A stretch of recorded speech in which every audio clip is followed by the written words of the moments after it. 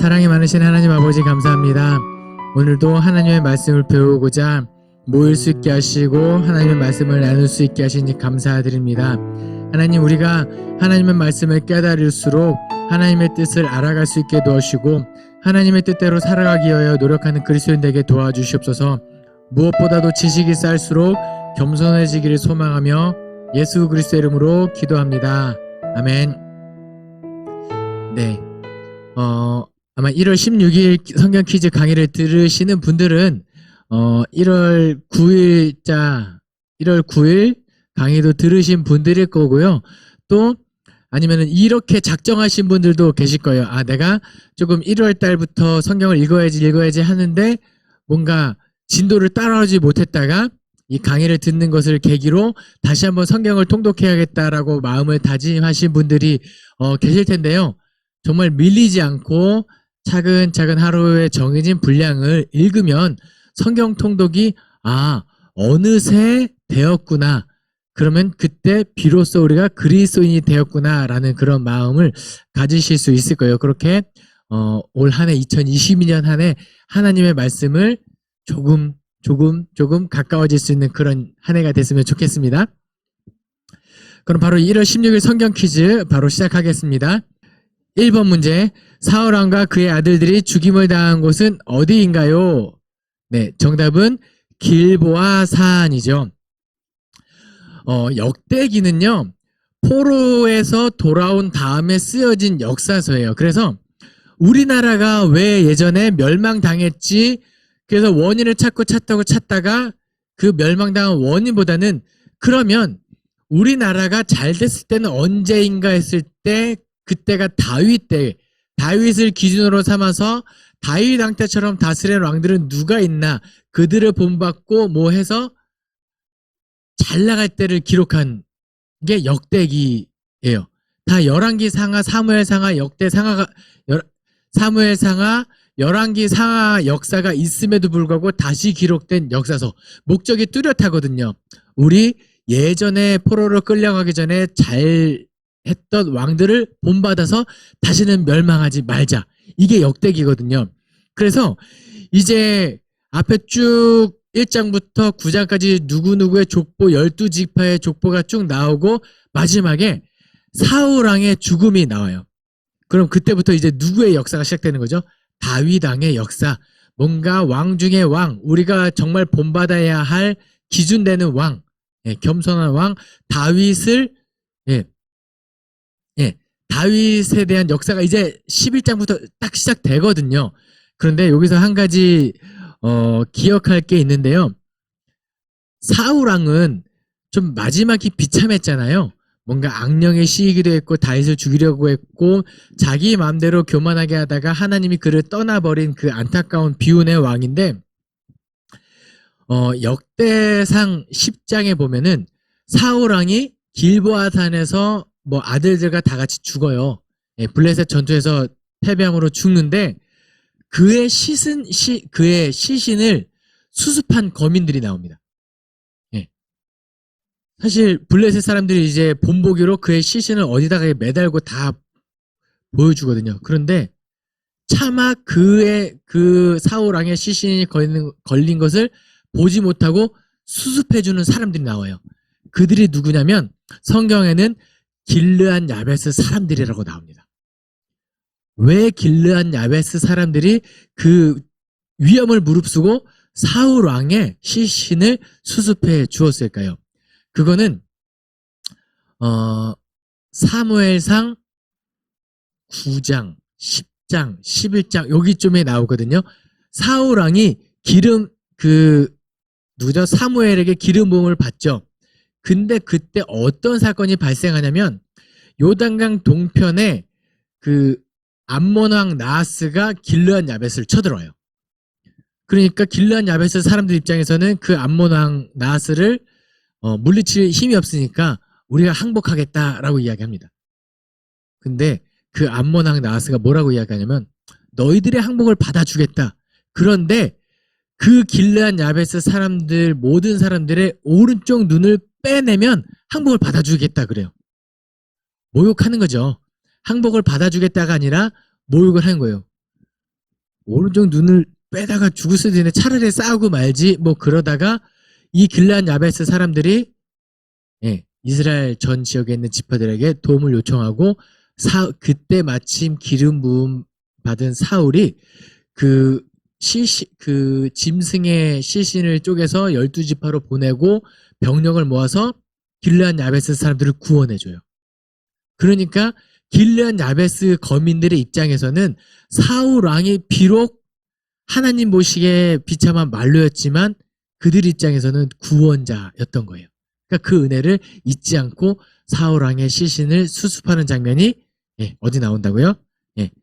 역대상 10장에 나온다. 우리가 요것도 다윗 왕에 비교해서 사울 왕이 권력이 하나님의 그 사역이 다윗 왕으로 넘어가지만 그 가운데서도 이 길르앗 야베스 그 자들을 구원해 주었던 그 은혜를 잊지 않는 모습도 우리가 한 번쯤은 기억해 봤으면 좋겠습니다. 2번 문제. 하나님의 궤가 석 달 동안 머무는 동안 복을 받은 사람은 누구인가요? 정답은 오벳 에돔입니다. 오벳 에돔. 참 성경을 이게 기록하신 분들 이제 번역하신 분들이 헷갈리게 하는 게 왜 배자를 이제 디귿 받침을 썼을까 저는 잘 모르겠어요. 보통 오벳 하면은 시옷을 많이 쓰는데 왜 다 누구누구 했을 때 길르앗 뭐 이런 다 디귿자를 잘 안 쓰는데 디귿 받침 잘 안 쓰잖아요. 근데 여기서는 오벳 에돔에서 디귿 받침을 써서 몇 분이 성경 퀴즈 틀린 그런 일이 안타깝지만 틀렸다고 나오겠죠. 제가 채점을 이렇게 수정해서 드립니다. 디귿과 시옷은 큰 차이니까요. 네, 오벳 에돔 석 달 동안 하나님의 궤가 머무는 동안 복을 받았다. 성경은 기록하고 있죠. 그러면 하나님이 그 집에 머물렀기에 하나님이 함께 했다. 그것 자체가 복인데 중요한 것은 오벳 에돔이 아무것도 안 하고 그냥 궤를 하나님의 언약궤를 집에다가 방치해 놓은 것만으로 복을 받았을까요? 저는 그렇진 않았을 것 같아요. 하나님의 궤가 그 집에 함께 있고 하나님이 함께하는 복을 받음과 동시에 오벳 에돔도 하나님과 함께 했기 때문에 복을 받았다. 저는 그렇게 생각해요. 그리고 오벳 에돔이 하나님의 궤가 집에 있는 동안에 여호와를 경외했을까요? 하지 않았을까요? 경외했을 거예요. 왜냐? 이 역대상 13장을 쭉 읽다 보면 하나님의 궤가 오벳 에돔의 집에 오기 전에 어떤 사건이 발생하느냐? 우사라는 사람이 하나님의 언약궤를 수레에 싣고 가는 길에 소가 미쳐 날뛰자 언약궤가 떨어지려고 그래요. 그럼 우사 어떻게 해야 돼요? 떨어지지 않게 손으로 잡았죠. 근데 어떻게 됐죠? 죽어요. 예전에는 어릴 때는 왜 죽어야 되지? 이 생각이 있었거든요. 하나님의 궤가 땅에 떨어지려고 했을 때 그것을 그럼 냅뒀어야 되나? 우사가 왜 죽었어야 되지? 이렇게 의문을 품은 적도 있긴 있어요. 그런데 어디서부터가 잘못됐냐면 하나님의 언약궤가 수레에 실렸던 것 자체가 잘못된 거예요. 하나님의 언약궤가 애초에 제작될 때 출애굽기에서 하나님께서 모세에게 말씀하시고 그대로 지어졌을 때는요. 언약궤가 이렇게 상자가 되고 그 옆에 고리가 있고 고리에 손잡이가 있어요. 그 손잡이를 잡고 사람이 운반하게 돼 있어요. 그렇게 수레에 실는 언약궤가 아니에요. 운반할 때는 제사장들이나 그런 사람들이 그 손잡이를 잡고 운반을 해야 되거든요. 여기서부터 잘못된 거죠. 그러니까 우사가 죽은 이유는 그 수레에다 실었고 거기서부터 하나님의 명령을 지키지 않았기 때문에 자신의 실수로 그리고 또 하나님의 언약궤를 제사장이 아닌 사람이 함부로 만지면 안 되는 제사장 아론의 자손들 가운데서도 고라 자손들이 그것을 잡게 돼 있거든요. 그런데 우사가 거기에 손을 댔다가 죽임을 당했다. 우사가 그렇게 죽었다는 것을 오벳 에돔이 알았을까요? 몰랐을까요? 만약에 해설 강의를 1월 9일자 강의를 하다가 이영호 목사가 허튼 소리에서 죽었다라고 하면 16일 날 누군가서 또 강의를 하잖아요. 준비를 어떻게 할까요? 진짜 밤을 새서 무서워서 강의하겠어요? 네. 여호와를 경외하는 마음으로 2, 3일 금식하고 강의를 하겠죠. 여호와를 경외하는 마음으로. 아마 오벳에돔이 하나님의 언약궤가 자기 집에 있는 동안에 여호와를 경외하였고 하나님과 함께 거함으로 그의 집이 복을 얻었더라. 이 여호와를 경외하는 거 굉장히 중요한 개념이에요. 예, 그래서 하나님의 개가 석 달 동안 머무는 동안에 누가 복을 얻었다? 오벳에돔. 그가 왜 복을 얻었는지도 우리가 한 번쯤은 이렇게 생각하고 묵상하고 넘어가면 좋을 것 같습니다. 3번 문제입니다. 언약궤가 돌아올 때 춤추며 뛰노는 것을 보고 마음에 업신여긴 사람은 누구인가요? 정답은 미갈이죠. 사울의 딸 미갈. 뭐 이렇게 정답을 적어주신 분들도 있고요. 다윗 왕은요. 하나님의 언약궤가 돌아왔을 때 마음이 어땠을까요? 그냥 한번 제가 이 다윗의 심정을 한번 여러분에게 조금 이렇게 일러드려 볼게요. 내가 로또를 샀어요. 그리고 그 로또 당첨 TV를 보고 있습니다. 오! 첫 번째 거 맞았어요. 두 번째 거 맞았어요. 세 번째 거 맞았어요. 넷, 다섯, 여섯까지 다 맞았다. 아싸. 이럴까요? 주체할 수 없는 아우, 막 이런 게 있을 거예요. 다윗은 지금 하나님의 언약궤가 들어왔을 때 아무것도 보이지 않아요. 그 주체할 수 없는 기쁨은 그래요. 사실 우리가 예배할 때 하나님의 은혜가 우리 예배 가운데 임했을 때 그 임재하신 하나님의 은혜에 응답하는 모습은 사실 다윗과 같아요. 예배 시간에 물론 다 아멘 하고 나멘 하면은 좀 이렇게 창피하겠죠. 사람들이 나를 쳐다보고 뭐야 이렇게 하니까 비록 그렇게 하진 못하지만 우리가 하나님의 은혜가 우리 가운데 임했을 때 다윗처럼 옷이 벗겨지는 것도 모를 정도로 그 하나님의 기쁨이 우리 가운데 있었으면 좋겠다. 그런데 미갈은 그렇지 못했어요. 뭔가 나의 체면, 왕족으로서 내가 어떻게 저 천한 사람처럼 행동할 수 있을까? 이거 아니거든요. 제가 군대 있을 때 찬양 인도를 한 적이 있었거든요. 근데 저는 장교로 갔다 와서 중대장까지 했었어요. 그러면은 제가 500명이 모인 대대에서 저의 서열은 넘버 5, 5위였어요. 네. 대대장님, 작전과장님, 1, 2, 3, 중대장, 본부중대장. 죄송해요. 6이네요.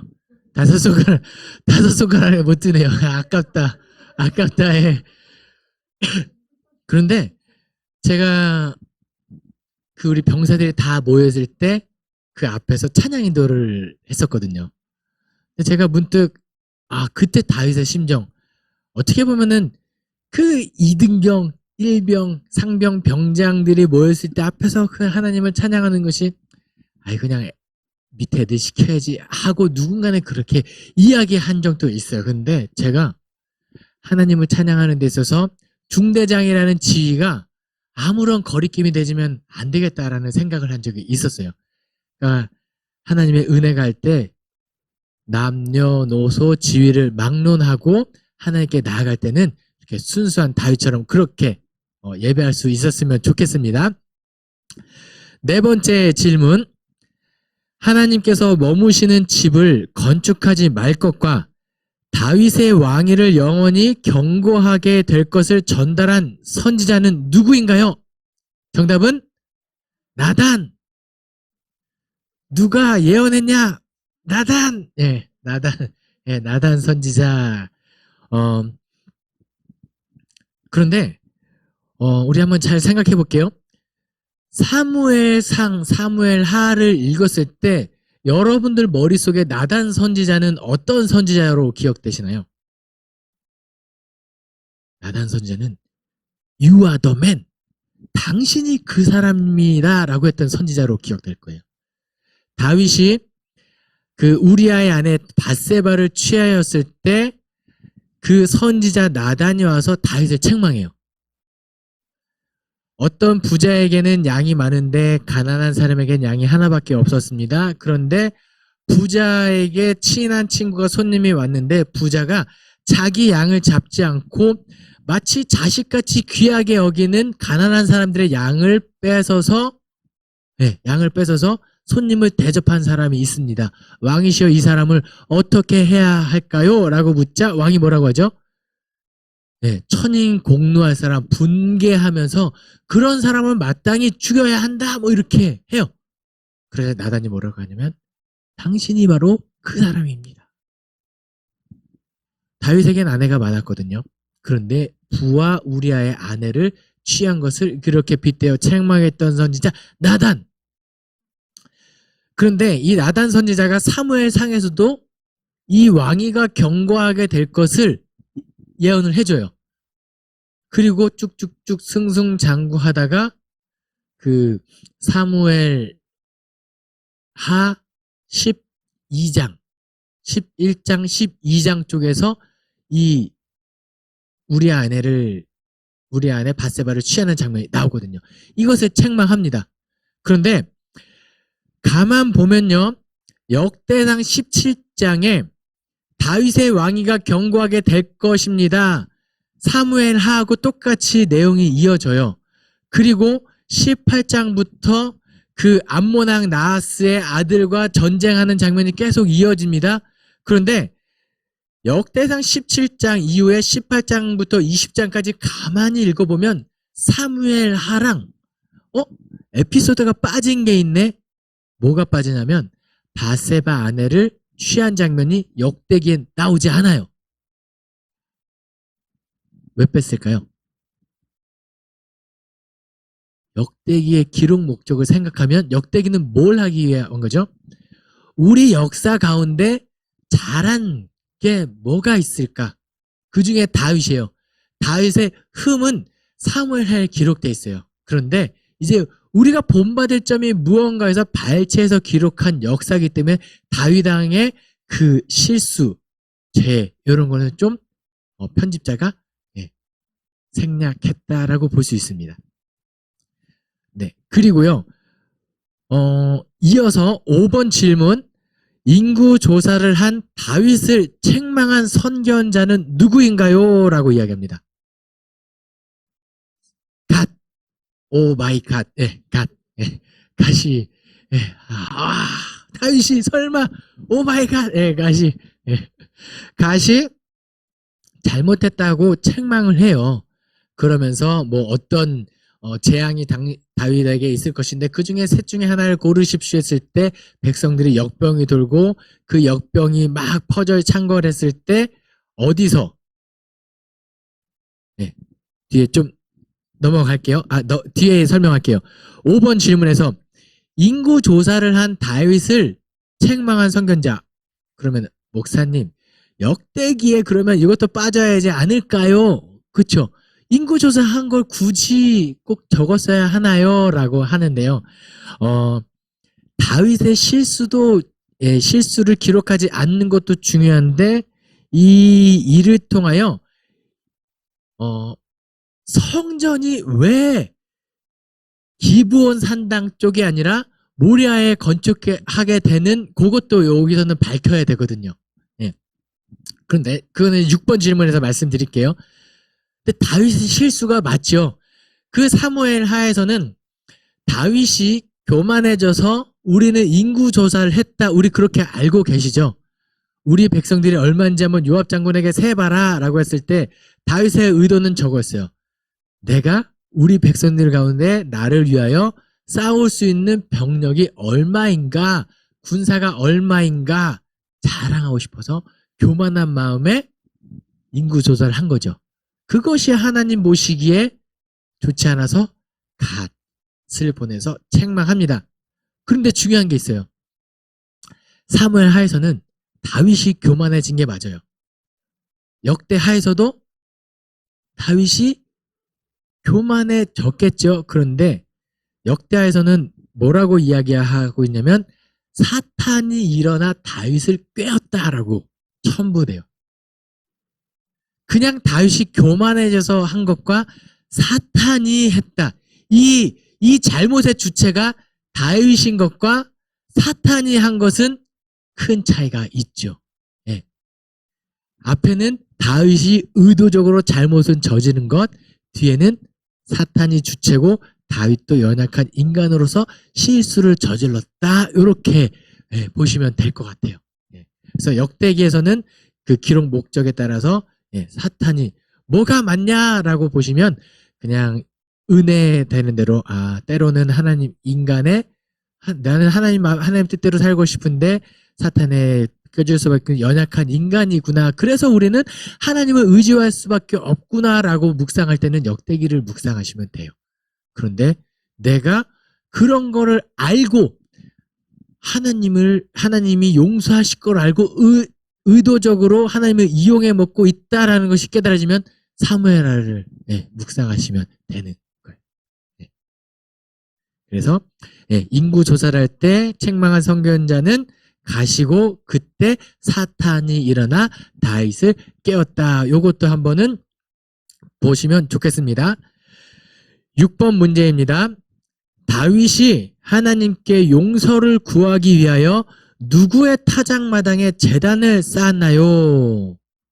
정답은 누구의 타작마당이죠? 오르난 타작마당. 사무엘하에서는 아리우나 타작마당이라고 이게 지명이 이렇게 좀 다르게 기록되어 있는데 오르난 타작마당입니다. 오르난 타작마당인데요. 이 오르난 타작마당이 어디에 있었냐면 모리아 산에 있어요. 모리아산 어디서 들어봤죠? 모리아. 성경 퀴즈를 열심히 푸신 분들은 1월 23일 2번 문제 솔로몬이 예루살렘 어디에 여호와의 전을 건축했나요? 모리아산. 요것도 가요. 근데 성전 건축이 지금 모리아산에 있는 거예요. 다윗의 실수보다 왜 모리아산에다가 성전을 건축했는지 역대기에선 밝히고 싶은 거예요. 근데 모리아산이 또 어디에 기록되어 있냐?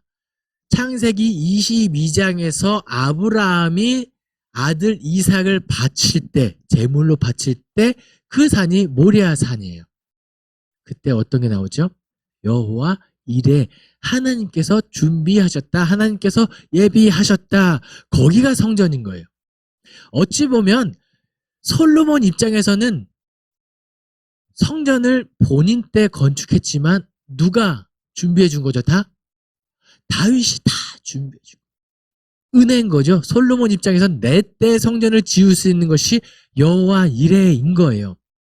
그런데 잘 보세요. 모리아산에서 모리아산에 있는 오르난 타작마당에서 다윗이 하나님께 제단을 쌓고 용서를 구했다. 우리 잘 알고 있죠. 그런데 이때 하나님의 언약궤, 하나님의 성막은 어디 있었을까요? 성경을 잘 읽어보면 그때 하나님의 성막은 기브온 산당에 있었더라라고 여기 기록되어 있습니다. 대상 21장에. 그러면 다윗 입장에서 하나님께 용서를 구하기 위해서는 어디 가서 원래 제사를 드려야죠? 기브온 산당 하나님의 있는 곳에 가서 해야 되는데 21장에 뭐라고 이야기하냐면 기브온 산당에 성막이 있었지만 염치가 없어서 하나님께 차마 거기까지 다윗이 나아갈 수는 없었던 거예요.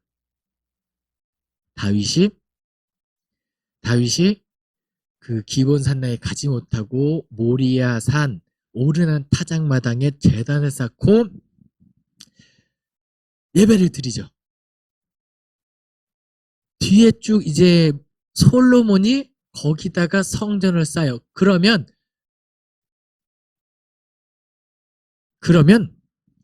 이 어떤 개념이 되냐면요.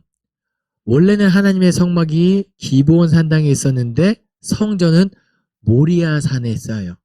그러면 이게 어떤 개념이 되냐면요. 하나님께서 죄를 덮어주신 거예요. 모리아산 오르난 타작마당에서 용서를 구했고 하나님께서 그 죄를 덮어주면 거기서 다시 시작할 수 있도록 성전을 쌓는 거예요. 그게 오늘날 우리에게까지 어떤 원리로 다가오느냐? 우리가 죄를 지었죠. 하나님의 성전으로서 온전히 살아야 하는데 죄를 지었어요. 그런데 다시 한번 우리에게 기회가 주어지고 다시 성전을 쌓을 수 있는 이유는 뭐냐면 예수 그리스도의 보혈로 우리의 허물이 덮어지기 때문이에요. 그러니까 우리가 다시 한번 하나님의 거룩한 성전이 되고 하나님께 나아갈 수 있고 예배할 수 있는 거예요. 놀라운 원리죠. 예. 저도 퀴즈를 내고 다시 성경 공부를 했을 때, 왜 모리아산일까? 기브온 산당에 하나님의 전이 있었는데 거기다가 성전을 지었어야지. 생각난 김에 말씀드릴게요. 그럼 왜 기브온 산당에 하나님의 언약궤, 하나님의 성막이 거기 있었을까요? 이거는 여호수아 9장으로 넘어가면 돼요. 여호수아가 그 중부 지역 여리고성 쪽과 아이성을 점령해요. 그 다음에 남부 가나안의 남부 지역으로 진격 앞으로 돌격 앞으로 할 때 누가 찾아오냐면 기브온 거민들이 찾아옵니다. 그리고 되게 가까이서 여호수아를 찾아왔는데 일부러 헤어진 옷, 남루한 옷을 입고 그 물병에는 뭐 치즈나 이런 것들이 우유도 썩어서 없어진 막 이렇게 되게 엄청 멀리서 온 척하고 와요. 그리고 화친을 요구하죠. 그때 여호수아가 하나님께 묻지 않았다라고 기록해요. 여호수아의 실수죠, 이건. 묻지 않았고 그들과 화친합니다. 그러면 좋다. 우리와 화친하자. 그런데 나중에 약속을 하고 보니까 진경 앞으로 왔는데 야, 너 어저께 보낸 애 아니야 너네? 이렇게 된 거예요. 그런데 비록 속았지만 너희와 화친을 맺은 약속, 언약을 맺었기 때문에 너희들을 점령하지 않겠다. 우리와 한 화친을 저건 하겠다. 그런데 종들이잖아요. 그게 귀속된 자들이니까 그때 기브온 거민들에게 뭘 맡기냐면 너희들은 앞으로 성막에서 물깃고 장작을 패는 역할을 하게 될 거야 라고 이렇게 여호수아에 기록하고 있어요. 그럼 당연히 성막을 위하여 일하는 사람들이 기브온 거민이니까 성막이 어디 있는 거죠? 기브온 산당에 있는 거예요. 예. 이렇게 이어지고 있습니다. 그런데 원래 거기다가 또 원래 있던 곳에다 성전을 짓지 않고 다윗이 다윗의 허물을 덮고 그 위에서 새로 시작할 수 있도록 모리아산에 여호와의 성전이 건축되었다. 여기까지도 우리가 되게 좀 멀리 왔지만 개념이 많이 확장됐지만 여기까지도 같이 이 묵상할 수 있었으면 좋겠습니다. 그럼 7번 문제. 다윗이 직접 성전을 건축하지 못한 이유는 무엇인가요? 땅에 무엇을 심히 많이 흘렸기 때문인가요? 피를 많이 흘렸기 때문에 피를 많이 흘렸기 때문에 다윗은 정말 성전을 건축하고 싶었어요. 여호와의 언약궤가 들어오는 것만으로도 그렇게 룰루랄라 신났던 다윗인데 나만 혼자 이렇게 좋은 곳에 있는 것이 가당치 않다. 하나님을 위하여 집을 짓고 싶다라는 그 엄청난 열망. 그때부터 다윗은 그 선지자가 이야기하죠. 하나님의 뜻이 그거예요. 너는 피를 많이 흘렸기 때문에 넌 아니야. 성전 건축은 넌 아니야. 다윗이 쿨하게 떼쓰진 않죠. 그런데 다윗은 뭐가 있는 거죠? 여전히 하나님의 성전을 건축하고 열망이 있는 거예요. 그런데 하나님의 뜻은 아니니까 그때부터 어떤 열심을 보이느냐? 내 아들이 성전을 지을 수 있도록 준비를 엄청 열심히 하는 거예요. 그래서 저는 예전에 공부를 할 때 예루살렘 성전을 위해서 솔로몬이 공사를 시작하고 7년 만에 성전을 지어요. 그 성전이 끝난 다음에는 솔로몬 궁전을 짓는데 13년이 걸려요. 이 거꾸로 된 거 아닙니까? 여호와의 성전을 짓는데 13년이 걸리고 이 솔로몬 궁전을 지을 때는 7년 뭐 3년 안에 빨리 끝냈어야지. 그런데 이거였구나. 다윗이 기초공사를 다 해준 거예요. 준비해놨기 때문에 그러니까 솔로몬이 여호와의 전을 지을 땐 대충 짓고 뚝딱뚝딱 이제 한 게 아니라 날림공사가 아니라 이미 기초공사나 이런 시간 단축은 다윗이 다 그렇게 열심을 다해서 해준 거구나. 자, 보세요. 너는 땅에 피를 많이 흘렸기 때문에 성전을 건축할 수 없어. 이렇게 이야기합니다. 오늘날로 와서 하면 코로나 때문에 이것 때문에 저것 때문에 난 할 수 없어. 우리는 하지 않는 게 맞아 라고 할 수 있어요. 그런데 그 가운데서도 우리의 상황 가운데 하나님의 뜻은 이렇게 모이지 않고 방역을 유지하는 것이 맞아 라고 하는 그 와중 속에서도 우리의 마음 속에는 어떻게 하면 온전히 예배할 수 있을까? 성전을 지을 수 없지만, 성전에 다 모일 수 없지만, 성전에 다 같이 모여서 예배하는 것 그 이상으로 어떻게 하면 예배할 수 있을까? 우리 마음은 거기 가 있어야 돼요. 목적이. 야, 집에서 예배하니까 정말 편하네.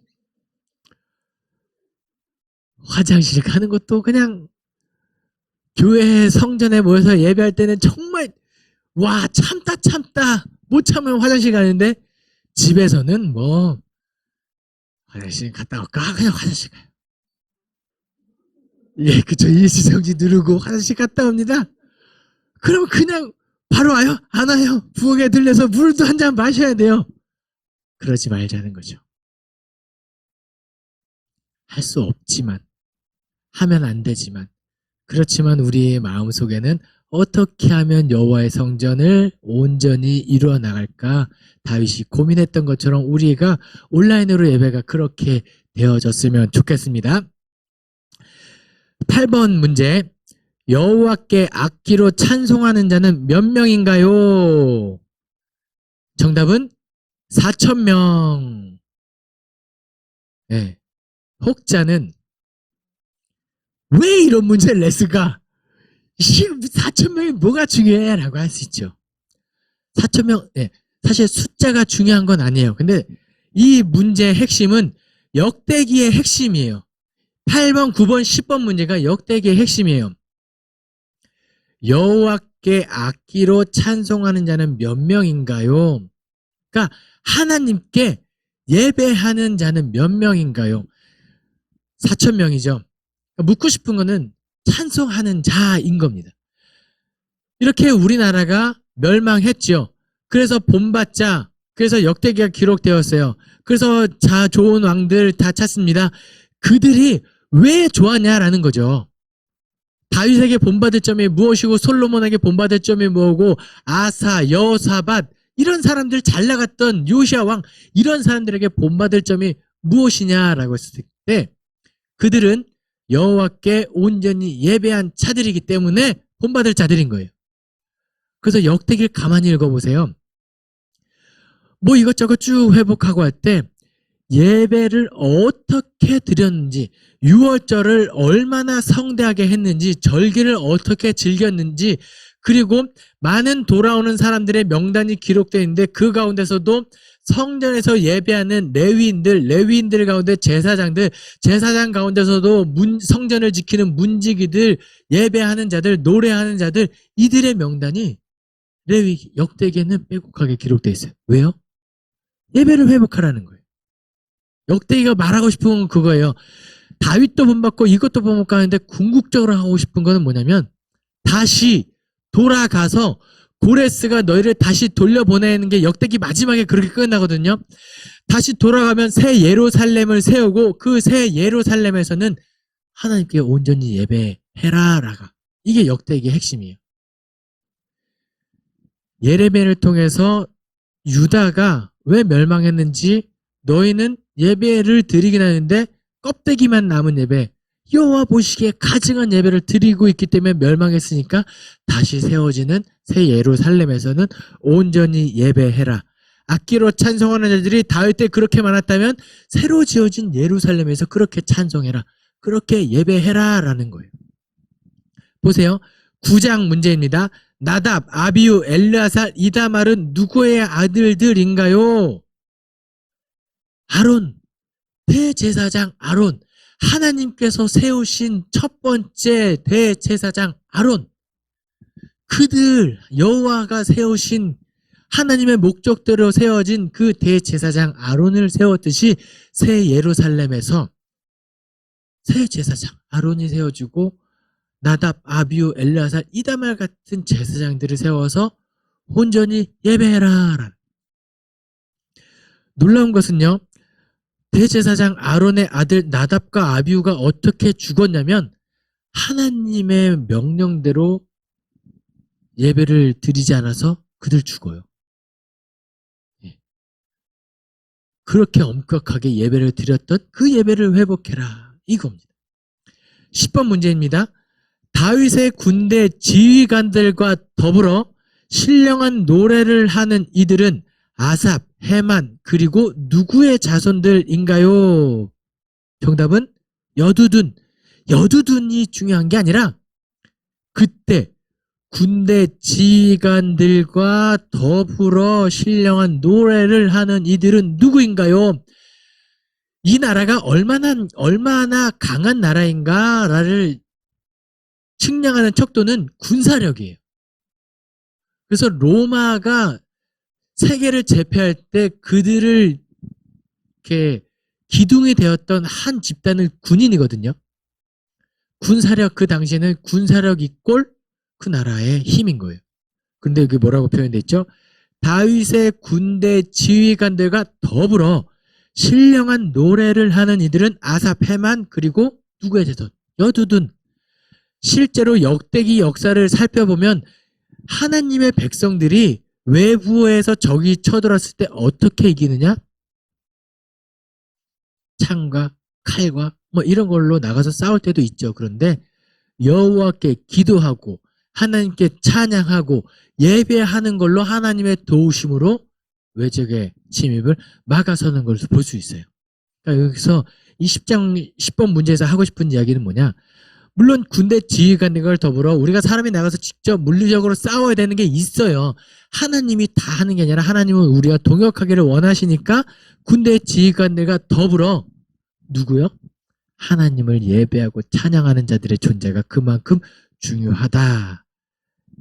그래서 1월 16일 퀴즈에서는 8번, 9번, 10번, 야, 이런 문제 왜 중요한가 싶지만 너무 중요한 문제였다라는 거 우리가 기억할 수 있었으면 좋겠습니다. 그래서 역대상 3장부터 아니죠? 역대상 3장부터인가죠? 네, 역대상 3장부터 역대상 26장까지 1월 16일 성경 퀴즈 1번부터 10번 문제까지 해설을 드렸습니다. 그래서 저의 바람은 딴 거 없습니다. 그러니까 문제를 푸시고 다시 한번 강의를 듣고 또 하나님의 말씀을 또 통독하는 가운데 조금이나마 하나님의 뜻을 조금이나마 깨달을 수 있으면 좋겠고 헤아려질 수 있으면 좋겠고 그 뜻대로 살아가는 저와 여러분 되기를 간절히 소망합니다. 기도하겠습니다. 사랑이 많으신 하나님 아버지 감사합니다. 오늘도 1월 16일 성경 퀴즈 해설 강의를 마칠 수 있게 하시니 감사드립니다. 부족한 종의 입술을 통하여 선포되는 하나님의 말씀이 우리 각자의 삶의 자리에서 마음에 심어질 수 있게 도와주시고 그 하나님의 말씀을 따라 살아가는 그리스도인 되게 도와주시옵소서. 감사드리며 예수 그리스도 이름으로 기도합니다. 아멘.